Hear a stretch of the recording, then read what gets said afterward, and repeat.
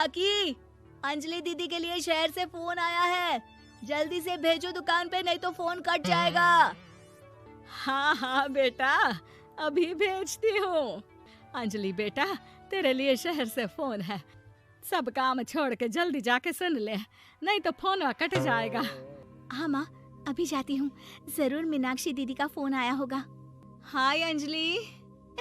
नमस्ते दीदी, मेरा मतलब हाय, कैसी हो आप? यहाँ तो सब ठीक है। मामा मामी कैसे हैं? तू कैसी है? मेरे तो एग्जाम्स होने वाले हैं। हर रोज कॉलेज जाना पड़ता है। Lectures, extra classes, private coaching. ओ, मैं तो इतना थक जाती हूँ, क्या बताऊँ। आपकी कॉलेज वाली बहन जी आपको इतना पढ़ाती है, तो घर कब जाती हैं आप दीदी? अरे नहीं नहीं, ये सब सिर्फ मेरी प्रोफेसर नहीं पढ़ाती। मैं अलग से दूसरे टीचर्स के पास भी पढ़ने जाती हूँ। दीदी, फिर तो आप बहुत थक जाती होगी ना। आप ना पैदल मत जाया करो, टांगा ले लिया करो दीदी। नहीं मेरी भोली बहन, ना मैं पैदल जाती हूँ, ना ही यहाँ टांगा मिलता है। मैं बस से जाती हूँ और थोड़ी दूरी के लिए रिक्शा ले लेती हूँ। सच्ची? वहाँ पर टांगे नहीं, बस चलती है? वाह, वो भी हर रोज? हमारे गांव में भी बस आती है, दिन में 2 बार। यही तो खास बात है शहर की। यहाँ बसें पूरा दिन दौड़ती हैं सड़कों पर। और सिर्फ बसें ही नहीं, कार, स्कूटर और ट्रक भी।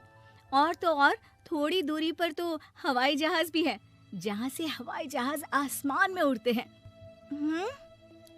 अच्छा दीदी, मैं फोन रखती हूँ। बुआ जी, फूफा जी को मेरा नमस्ते कहना। हाँ माँ, हम लोग शहर में क्यों नहीं रहते? बुआ जी, फूफा जी और मीनाक्षी दीदी तो शहर में ही रहते हैं। अरे क्योंकि तेरे बुआ जी की शादी शहर में हुई थी, इसलिए बेटा। शादी से पहले वो भी तेरे पापा और दादा दादी के साथ गांव में ही रहती थी। तो फिर बा, मुझे शहर भेज दो ना, मैं भी शहर देखना चाहती हूँ। इतनी बार मीनाक्षी दीदी से शहर के बारे में सुन चुकी हूँ, अब मैं भी वहाँ जाकर देखना चाहती हूँ। बस आप मुझे शहर भेज दो। ठीक है, इस बार गर्मियों की छुट्टियों में कुछ दिन रह आना शहर, अपनी बुआ के घर। अब तो खुश ना? हाँ माँ, बहुत खुश। आप देखना, मैं शहर जाके कितने मजे करती हूँ। अंजलि अगले दिन स्कूल जाती है और वहाँ अपने सारे दोस्तों को अपने शहर जाने की बात बताकर चिढ़ाती है। अरे श्रद्धा, शीतल, सरोज, तुम लोग इन गर्मियों की छुट्टियों में कहाँ जा रही हो?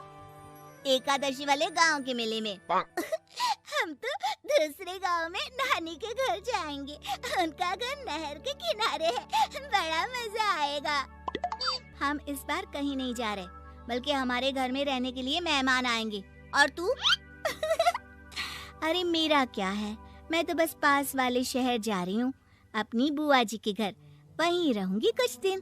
तुम लोग चिंता मत करना, मैं चिट्ठी लिखूंगी तुम सबको वहाँ से। पापा, मुझे तो चक्कर आ रहे हैं, जी घबरा रहा है। बेटा, शहर आने की जिद भी तो तूने ही की थी। अब पहली बार बस में चढ़ी है तो यही होना था, भुगतो अब। अरे मामा जी, अंजलि, आप लोग आने से पहले बता तो देते, मैं लेने आ जाती बस स्टैंड तक। आओ आओ भैया, आओ बेटी अंजलि। माँ बुआ जी कैसे हैं वहाँ? और भाभी कैसी हैं? सब ठीक है, बस अंजलि जिद कर रही थी कुछ दिन आप लोगों के साथ रहने की, सो छोड़ने आ गया।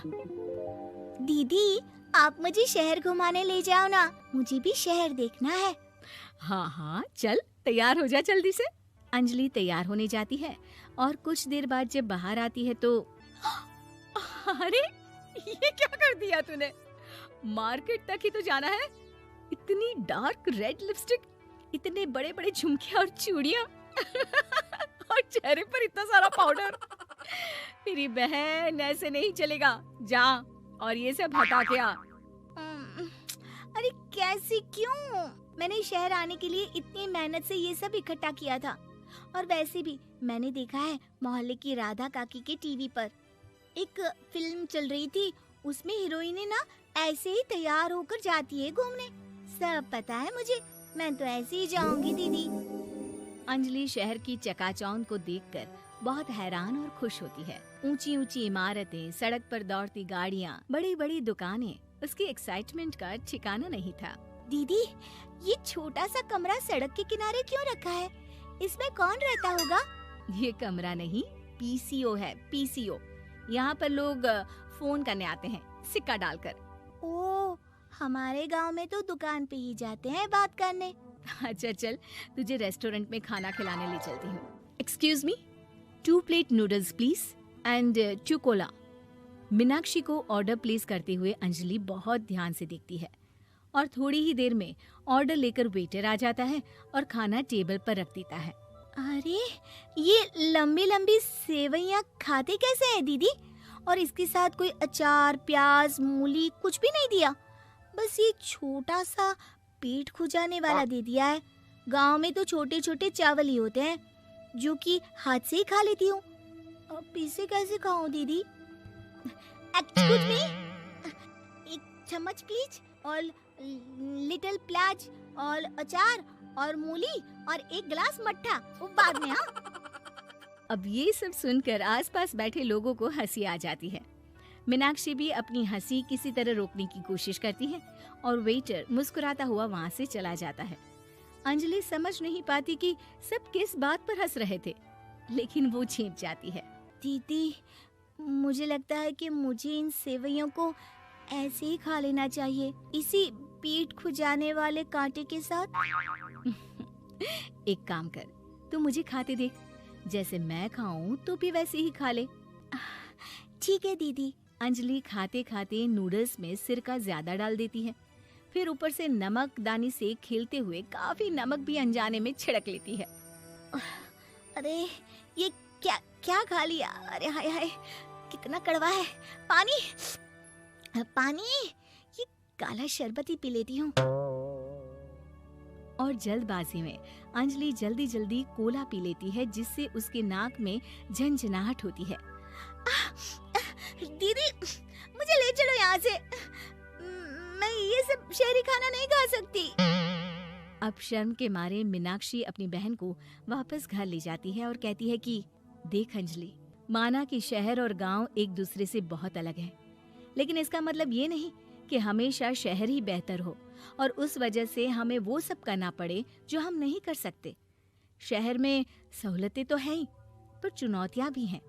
हम जहाँ भी रहें, हमें कभी अपने आप को कम या ज्यादा नहीं समझना चाहिए। और किसी भी नई जगह में ढलने में समय लगता है, उसके लिए तुम्हें दूसरों की नकल करने की कोई जरूरत नहीं है। बेटा, घूम लिया शहर या अभी और घूमना है? नहीं पापा, मैं अपनी गलती समझ गई हूँ, आप गांव ही ले चलिए मुझे।